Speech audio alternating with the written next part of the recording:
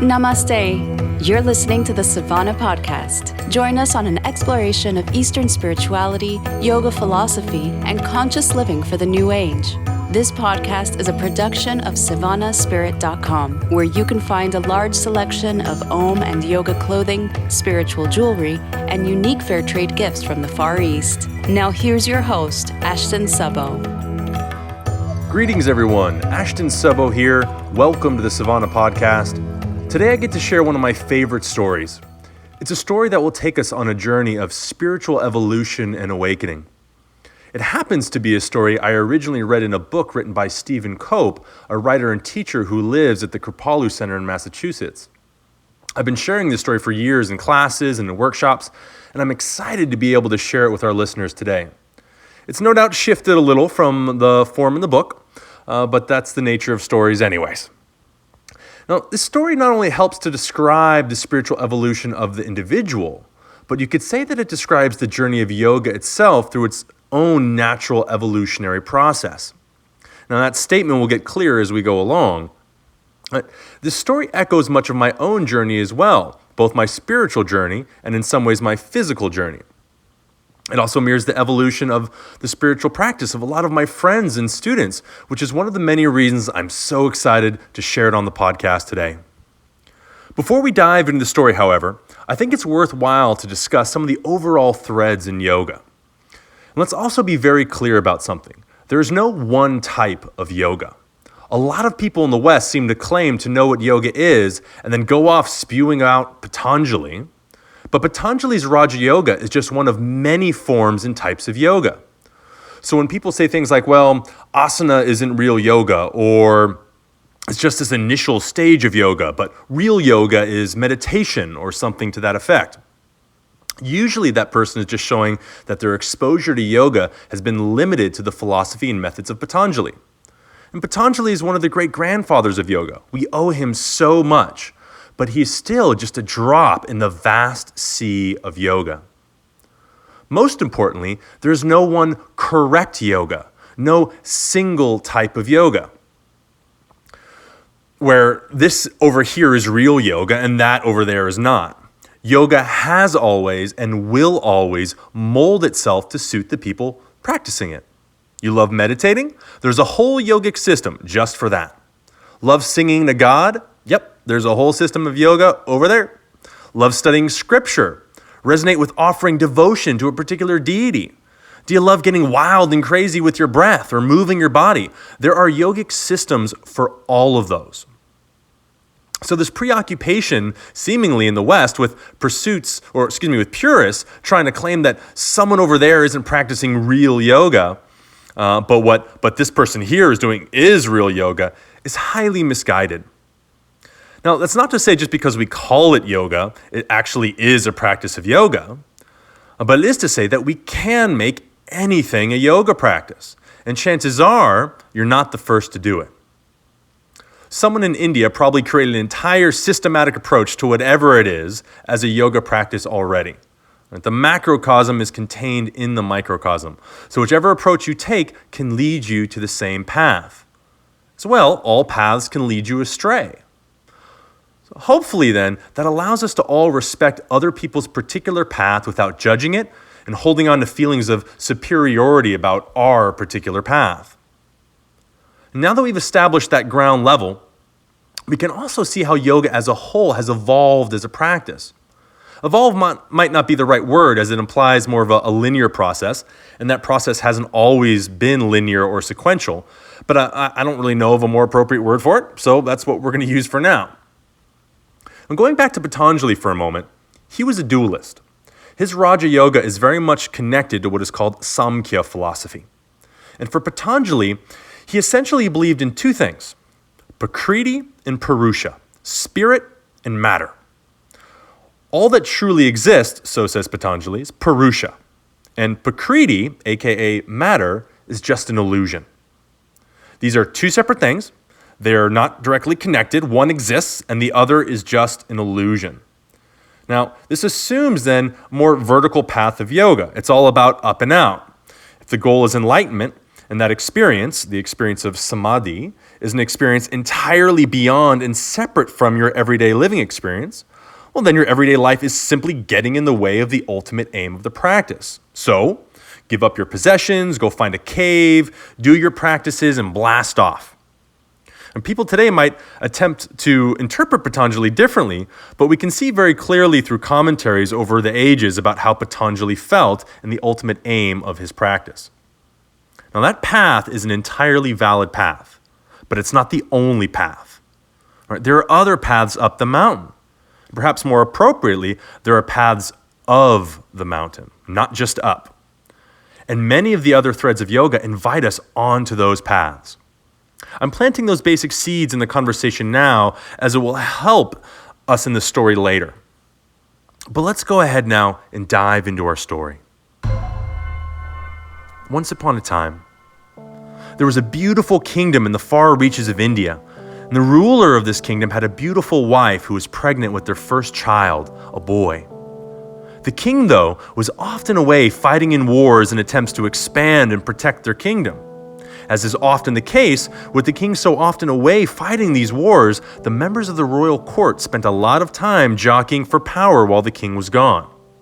It was assumed by most that the king, always off fighting these wars, was likely to be killed in battle one day.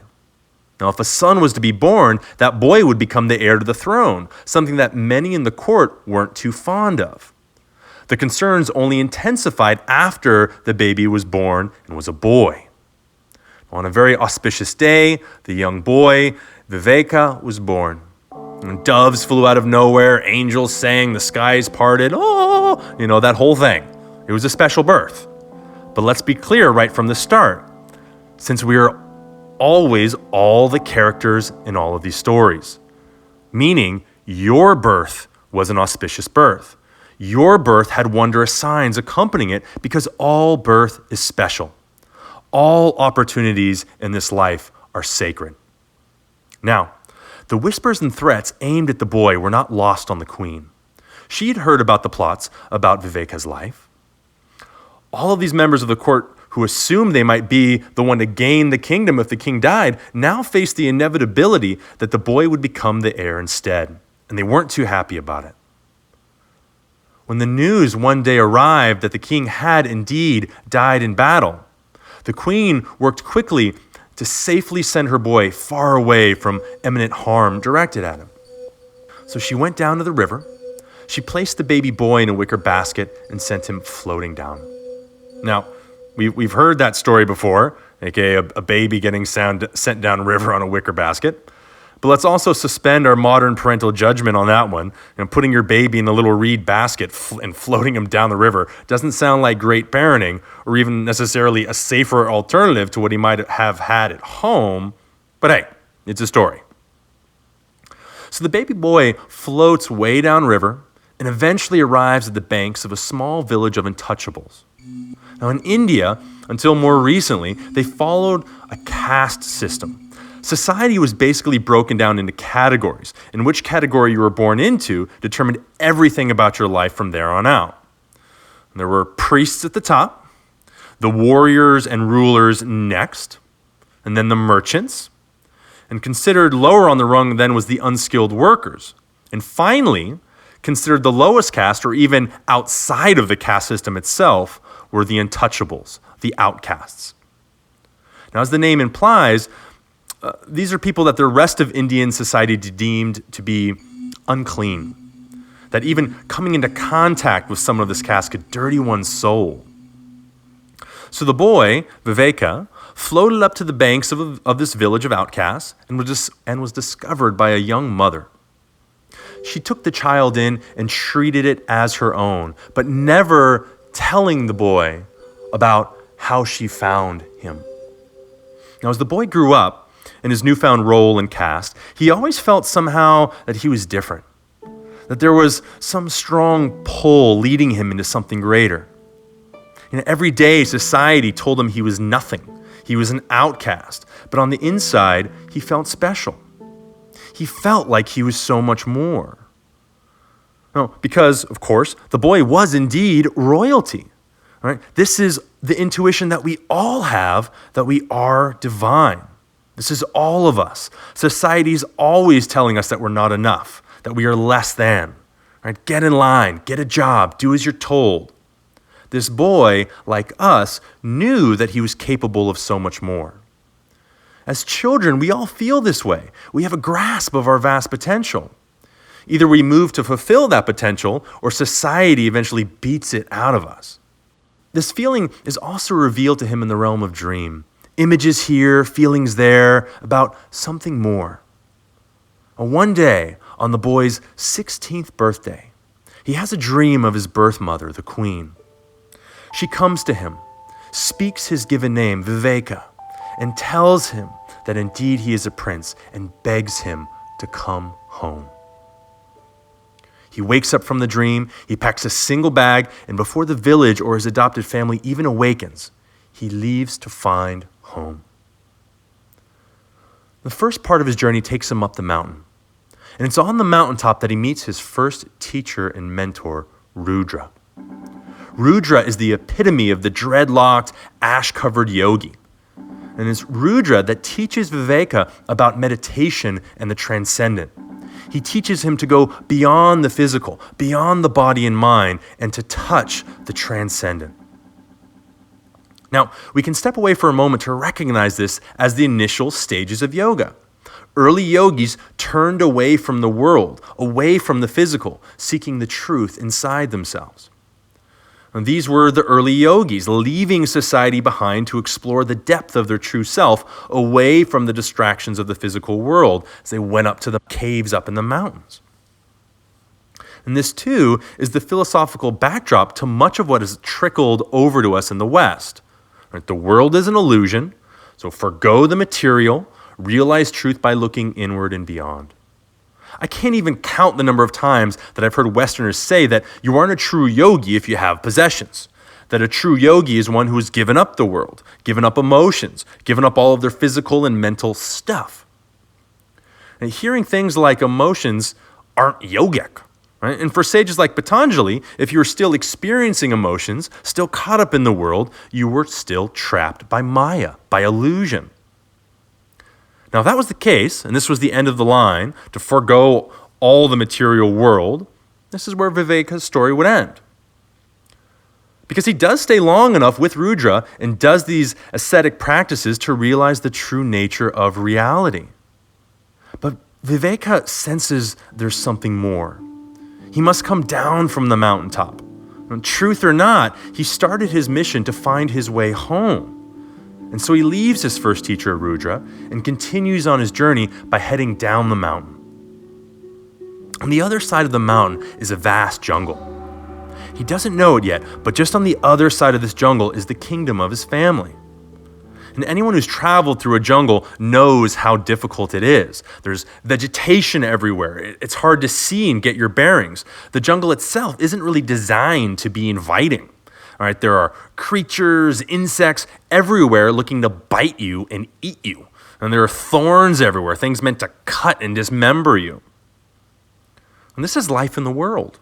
It's not easy. It's hard to see where you're going. It beats you up. But finally, as Viveka travels through the jungle, he can see what looks like a clearing, an opening. His heartbeat quickens and he picks up his pace. And literally yards from the end of the thick jungle, he's attacked by a tiger. And the tiger mauls the young man, and he's left to die. And an old woman, simply known as Mother, hears his cries and comes to his aid. She takes his bloodied body back to her small hut and tends his wounds. And this is to become Viveka's second teacher. She teaches him all about life, about love, to see God in all things.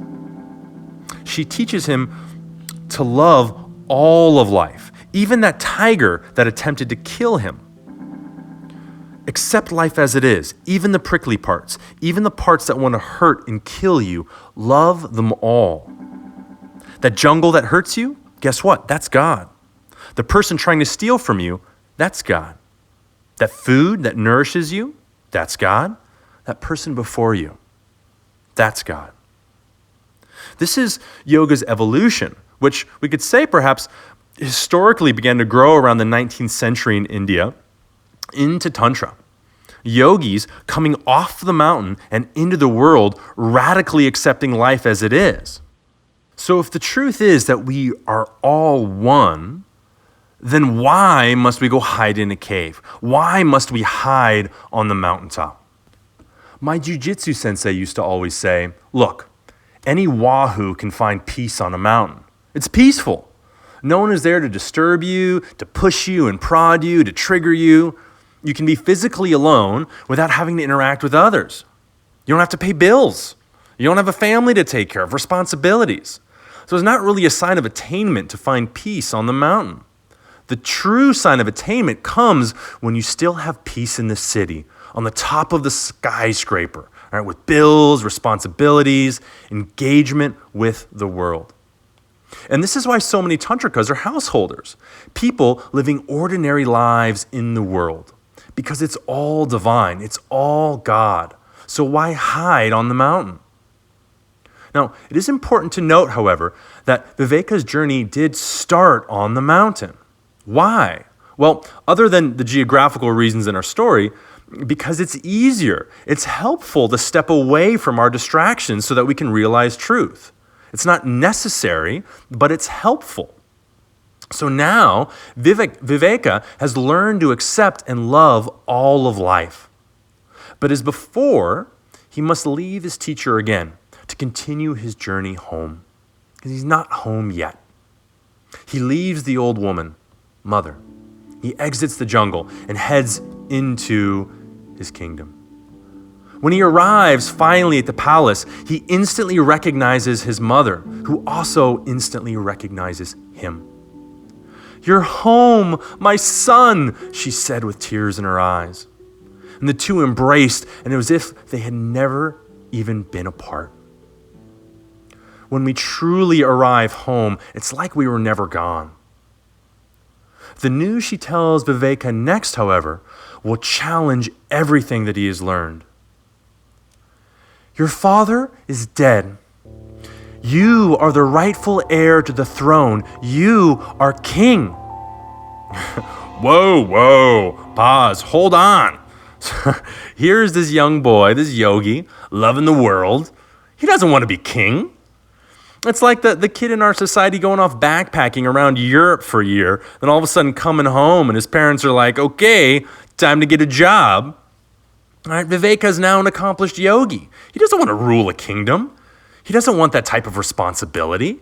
He just wants to meditate and love people all day long. That's what yoga's all about, right? And this is when Viveka is introduced to his final teacher and mentor, an old sage that lived just outside the palace. He spent the next few months with Viveka teaching about Dharma, about purpose. Now at this point, Viveka did not believe that he had it in him to be a king. After all, he'd been an outcast his whole life. And now, after all his trials and trainings and practices, he was a yogi. What good was a kingdom to him? But this sage shows him the importance of engaging the world, of immersing oneself into the world. And with these teachings, Viveka finally realizes that he is the king. That is who he is.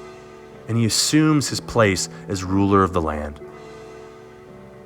Let's not let this process escape us. If Viveka had merely been born into royalty, he wouldn't have learned all the other important lessons of his journey. He likely would have been deluded by all the usual trappings of the world. Had he arrived home without meeting his teacher, the woman they call mother, then he might not have learned to see God in all things in the world. If he'd just done the ascetic yogi thing up in the mountains, he might have come home devaluing emotions in the human experience. If he had never met Rudra, but only the mother, he might have gotten trapped, as many in our culture who are being exposed to tantric teachings are, in the world of pleasure and love and the senses. All of these steps are necessary in our evolutionary process. All right? Turn away from the world and realize truth. Once you've known truth, realize that same truth in the world instead of just away from it. Once you know God in the world, Come back into it and live your dharma, live your purpose. This is Joseph Campbell's classical hero's journey. Leave the world, slay your inner dragons, and receive the boons, the treasure, the realization. But bring it back to society. Engage the world. Contribute to our collective evolution so it all comes back full circle. The journey doesn't stop on the mountain. We come back down to share the treasures we found. And realize this journey is your own. You may feel disconnected from who you are. You might not identify with God. You may not feel God within you. So look inward. Find the truth inside. And once you realize that truth, you are free to open your eyes and see God outside. And with those realizations, enter back into the world with love and truth and contribute to your society, contribute to the world. We don't need monks up in the mountains. We need people, their minds and hearts blown wide open, living in the world, interacting with one another, creating a world not from the illusions of the mind, but from the truth of divine realization, God realization. I hope you've all found this story as inspirational as I did when I first read it. Its message still affects me powerfully to this day. I wanted to be a monk. I was shedding my possessions, living out in Asia for more than 6 years, thinking that to be a yogi, I had to give up the world. And when I found authentic Tantra, it challenged me to see God in the world. When I found love and my wife and we had a child, the world challenged me to come back and to take my part, my role in society, to stop hiding and to lean into all the difficulties, all the challenges, all the joys, and all the blessings of the world. Whether your hero's journey is across the world, in your backyard, or simply in the recesses of your mind, be willing to take the full journey and finally come home. Thank you all for listening today. I can't even put into words how much I appreciate all of you listening to these podcasts. If you feel inspired, we would love it if you would subscribe to our channel on iTunes, leave us a review, and share these podcasts with your family and friends. Share them on social media. Let's change the world together. I'd like to read a review from one of our listeners. And today's review is from a recent one from listener Zakta. I have no idea what I was saying. Zakta with an X. They said, I absolutely love this podcast, as does my 6-year-old. She especially loved hearing the story of how Ganesha got his elephant head. She's been close with Krishna for a few years and loves Ganesha, so I guess I shouldn't have been surprised. But the format of the show really lends itself to family listening. We all love the stories, and having the stories grounded in how we live our lives add meanings that plant seeds in young and old alike. Thank you so much for this work. It's a pure joy to listen. Namaste.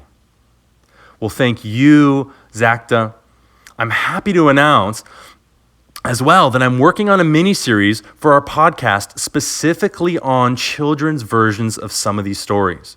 I often tell these stories to my daughter during our story times or before bed, and the way that I tell them and their meaning always suits the audience, aka my daughter, even more appropriately. So I absolutely loved reading your review on iTunes, and I'll get to work on that mini-series so we can have it up soon. As always, a thank you is in order for Zach Cooper, our sound engineer, for all the work you do on these podcasts and making them sound so amazing. Thank you, Savannah, for making these podcasts possible. Thank you to all of my teachers, to all of our teachers. Thank you to our fathers and our mothers, both in the physical and beyond. May you all have a blessed moment. Namaste.